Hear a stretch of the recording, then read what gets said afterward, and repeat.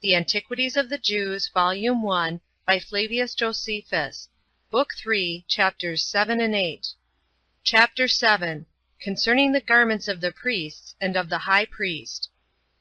There were peculiar garments appointed for the priests, and for all the rest, which they call kohenoeoe, priestly, garments, as also for the high priests, which they call kohenoeoe rabbe, and denote the high priest's garments. Such was therefore the habit of the rest. But when the priest approaches the sacrifices, he purifies himself with the purification which the law prescribes, and, in the first place, he puts on that which is called machines, which means somewhat that it is fast tied. It is a girdle, composed of fine twined linen, and is put about the privy parts, the feet being to be inserted into them in the nature of breeches, but above half of it is cut off, and it at the thighs, and is there tied fast. Over this he wore a linen vestment, made of fine flax doubled. It is called chethon, and denotes linen, for we call linen by the name of chethon. This vestment reaches down to the feet, and sits close to the body, and has sleeves that are tied fast to the arms. It is girded to the breast a little above the elbows, by a girdle often going round, 4 fingers broad, but so loosely woven that you would think it were the skin of a serpent. It is embroidered with flowers of scarlet, and purple, and blue, and fine twined linen, but the warp was nothing but fine linen. The beginning of its circumvolution is at the breast, and when it has gone often round, it is there tied, and hangs loosely there down to the ankles. I mean this, all the time the priest is not about any laborious service, for in this position it appears in the most agreeable manner to the spectators. But when he is obliged to assist at the offering sacrifices, and to do the appointed service, that he may not be hindered in his operations by its motion, he throws it to the left, and bears it on his shoulder. Moses indeed calls this belt Albaneth, but we have learned from the Babylonians to call it Emiah, for so it is by them called. This vestment has no loose or hollow parts anywhere in it, but only a narrow aperture about the neck, and it is tied with certain strings hanging down from the edge over the breast and back, and is fastened above each shoulder. It is called Masabazanes. Upon his head he wears a cap, not brought to a conic form, nor encircling the whole head, but still covering more than the half of it, which is called Masneemphthes, and its make is such that it seems to be a crown, being made of thick swathes, but the contexture is of linen, and it is doubled round many times and sewed together. Besides which, a piece of fine linen covers the whole cap from the upper part, and reaches down to the forehead, and hides the seams of the swathes, which would otherwise appear indecently.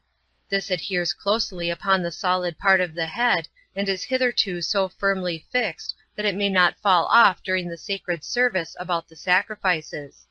So we have now shown you what is the habit of the generality of the priests. The high priest is indeed adorned with the same garments that we have described, without abating one, only over these he puts on a vestment of a blue color. This also is a long robe, reaching to his feet, in our language it is called meir, and is tied round with a girdle, embroidered with the same colors and flowers as the former, with a mixture of gold interwoven.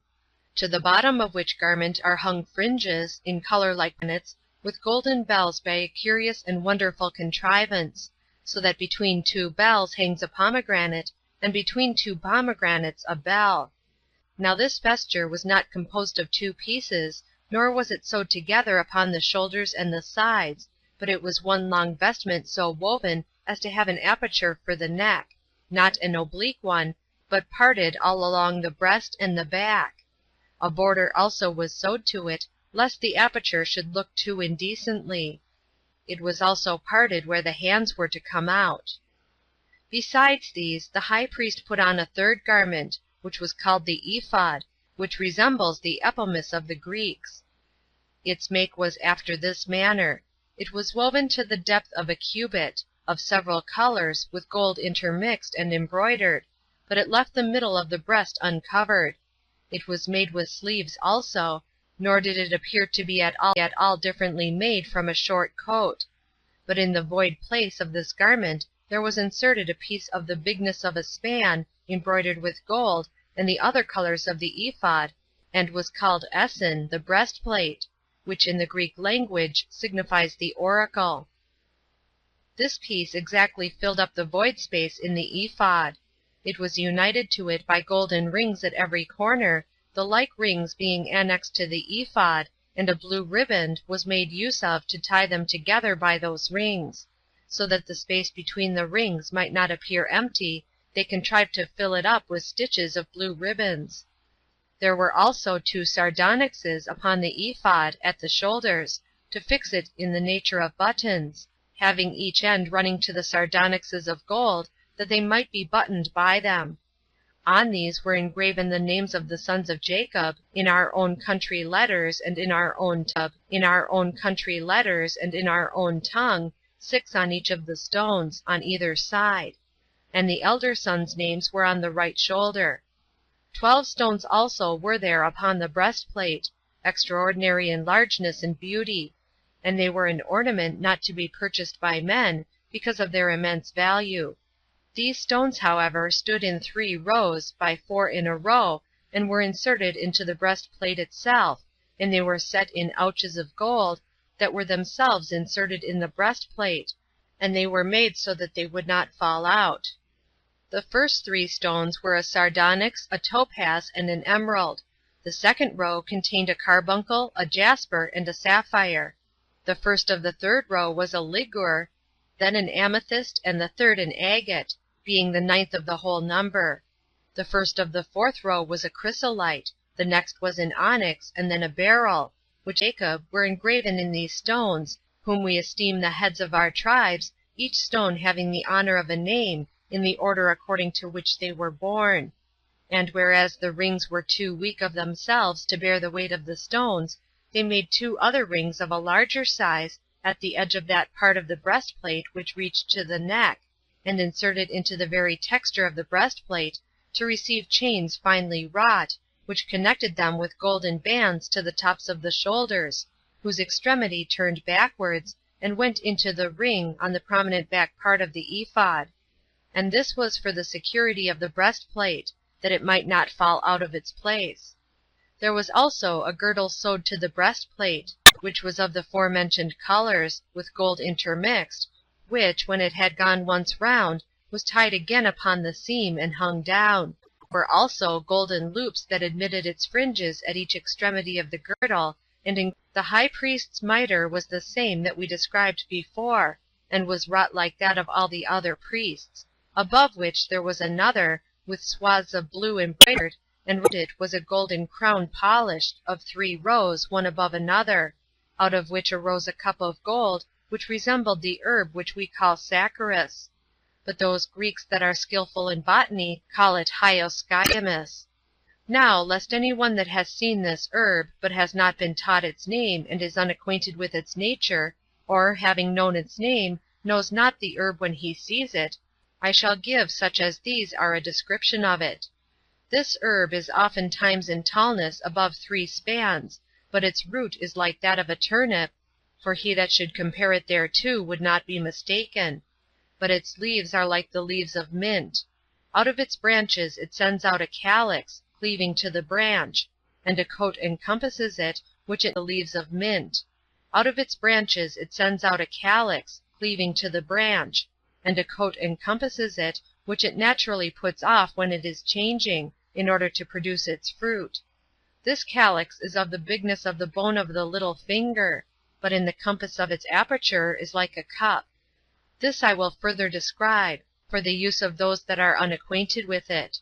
Suppose a sphere is divided into 2 parts, round at the bottom, but having another segment that grows up to a circumference from that bottom. Suppose it become narrower by degrees, and that the cavity of that part grow decently smaller, and then gradually grow wider again at the brim, such as we see in the navel of a pomegranate with its notches. And indeed such a coat grows over this plant as renders it a hemisphere, and that, as one may say, turned accurately in a lathe, and having its notches extant above it, which, as I said, grow and end in nothing but prickles. Now the fruit is preserved by this coat of the calyx, which fruit is like the seed of the herb sideratus. It sends out a flower that may seem to resemble that of a poppy. Of this was a crown made, as far from the hinder part of the head to each of the temples.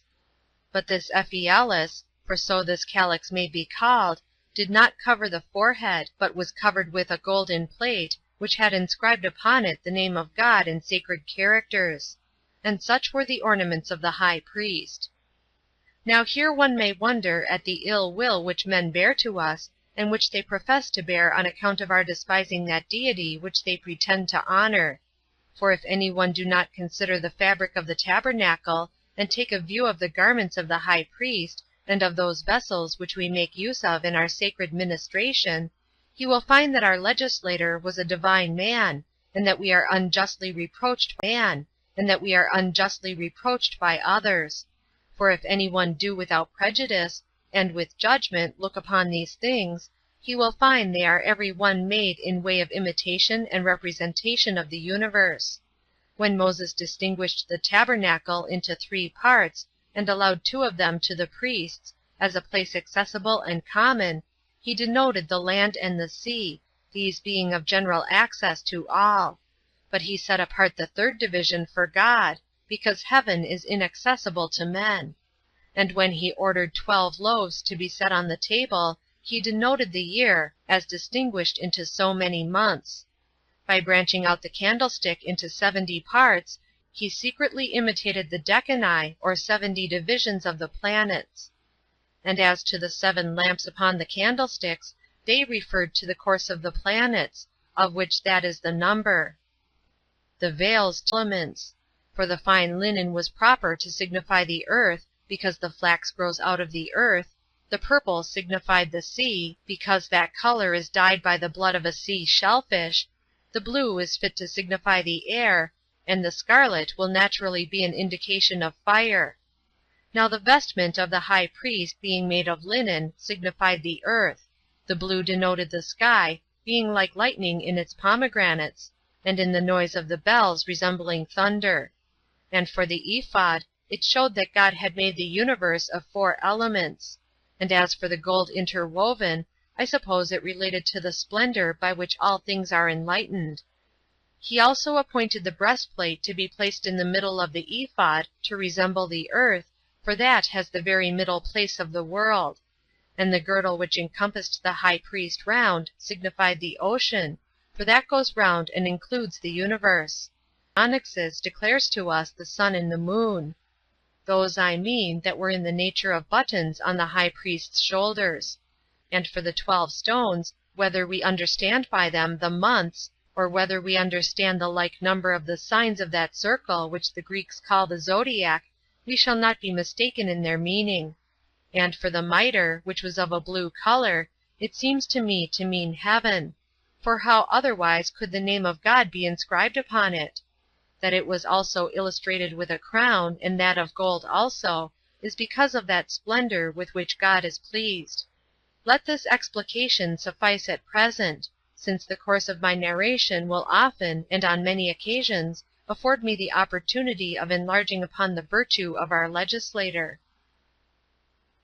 Chapter 8. Of the priesthood of Aaron. When what has been described was brought to a conclusion, gifts not being yet presented, God appeared to Moses, and enjoined him to bestow the high priesthood upon Aaron his brother, as upon him that best of them all deserved to obtain that honor, on account of his virtue.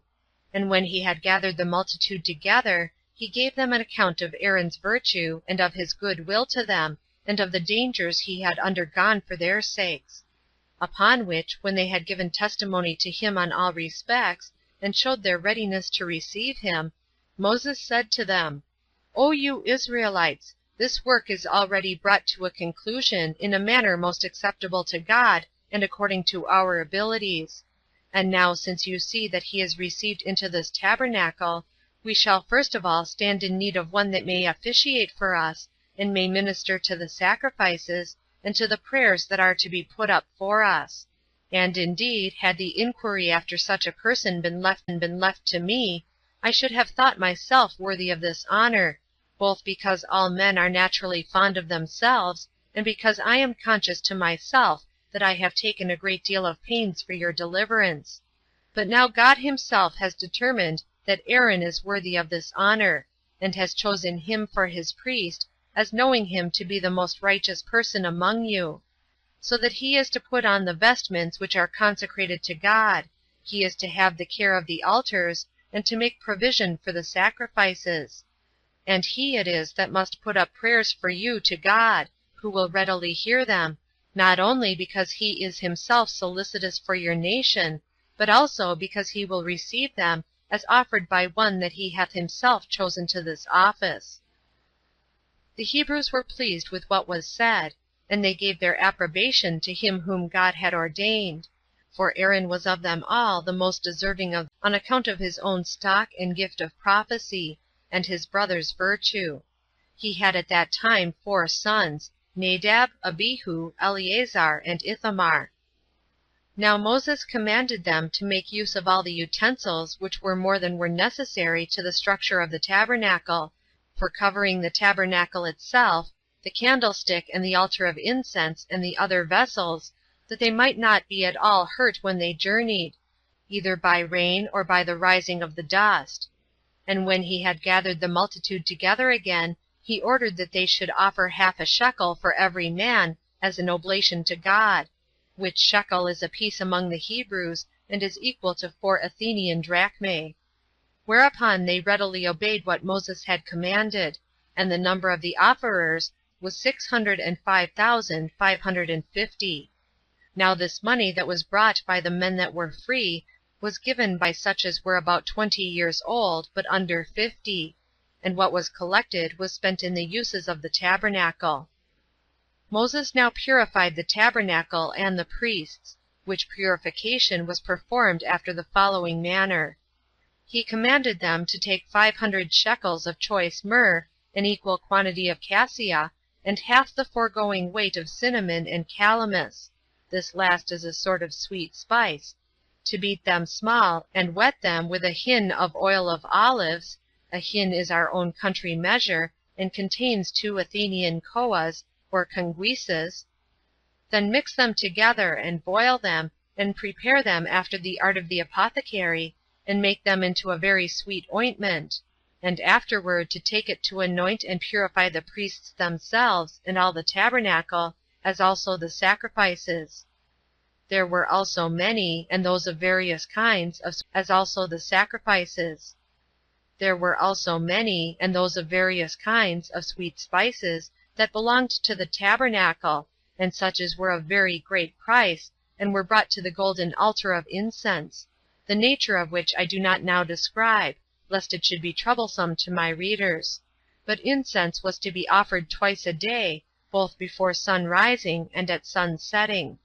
They were also to keep oil ready purified for the lamps, 3 of which were to give light all day long upon the sacred candlestick before God, and the rest were to be lighted at the evening.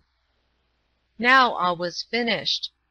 Bezaleel and Aholiab appeared to be the most skillful of the workmen, for they invented finer works than what others had done before them, and were of great abilities to join notions of what they were formerly ignorant of, and of these Bezaleel was judged to be the best. Now the whole time, and after this it was that was ended the first year since their departure out of Egypt.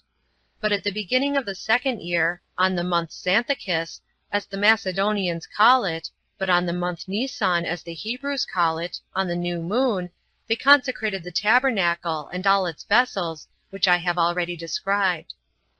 Now God showed himself pleased with the work of the Hebrews, and did not permit their labors to be in vain, nor did he disdain to make use of what they had made, but he came and sojourned with them, and pitched his tabernacle in the holy house.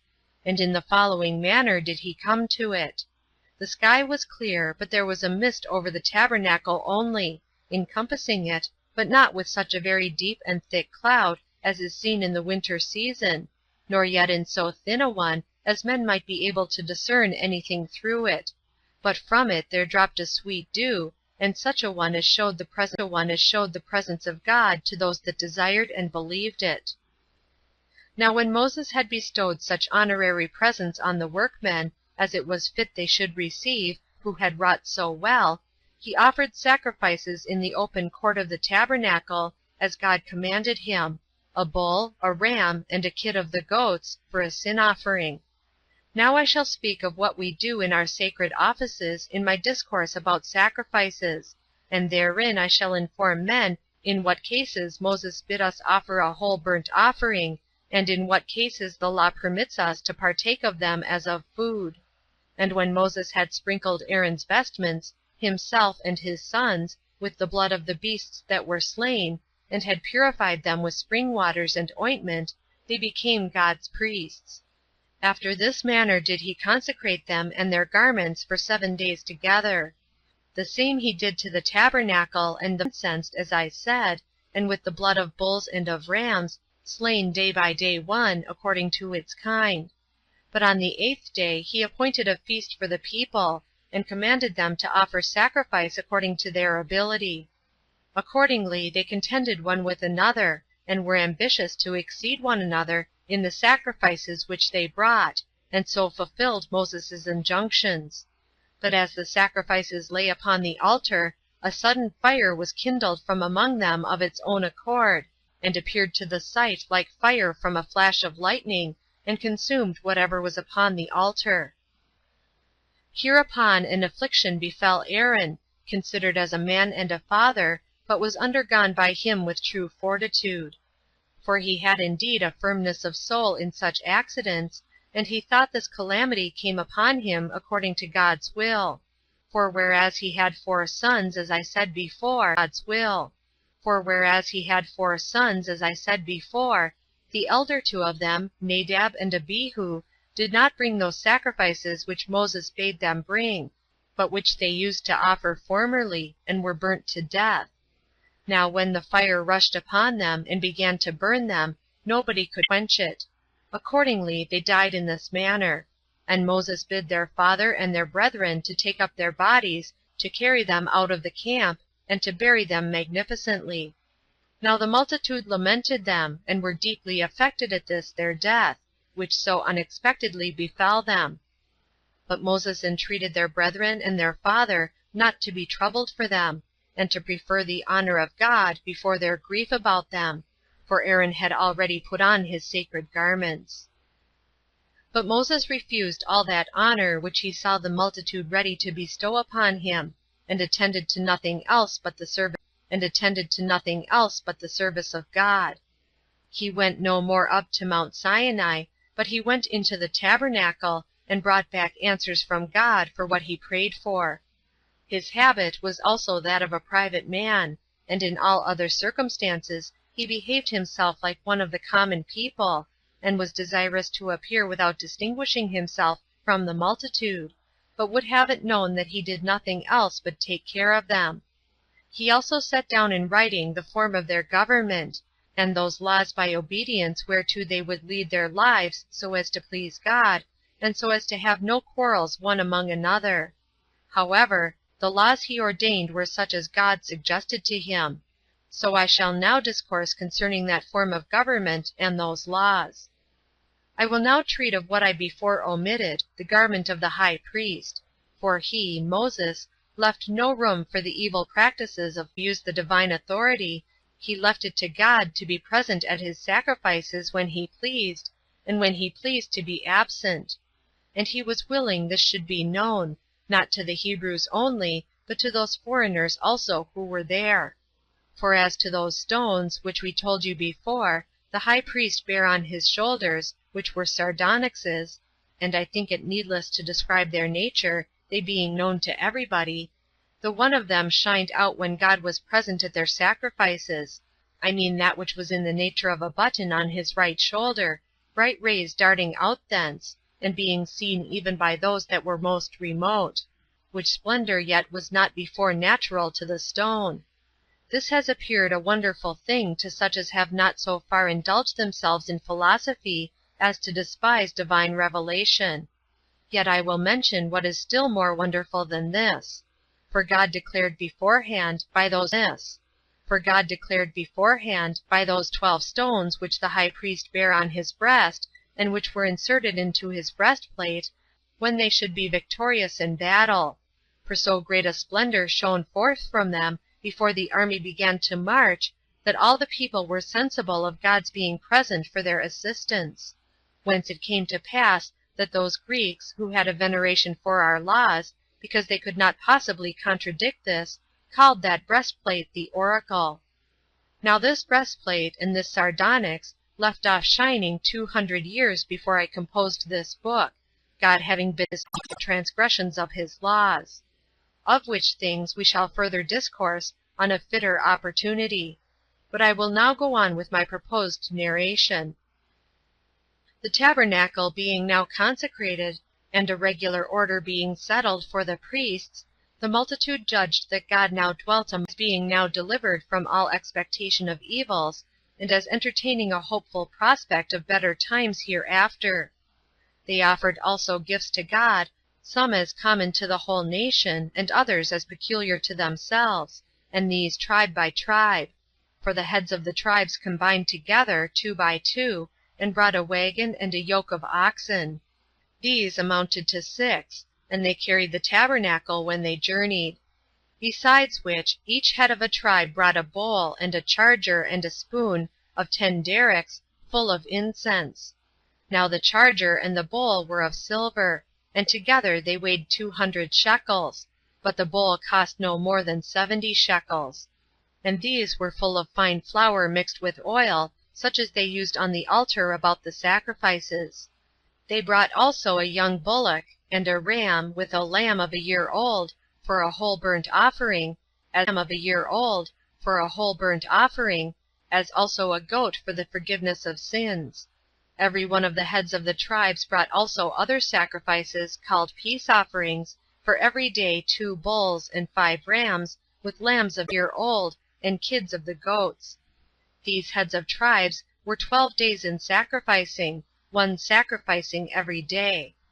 Now Moses went no longer up to Mount Sinai, but went into the tabernacle, and learned of God what we were to do, and what laws should be made, which laws were preferable to what have been devised by human understanding, and proved to be firmly observed for all time to come, as being believed to be the gift of God, insomuch that the Hebrews did not transgress any of those laws, either as tempted in times of peace by luxury, or in times of war by distress of affairs.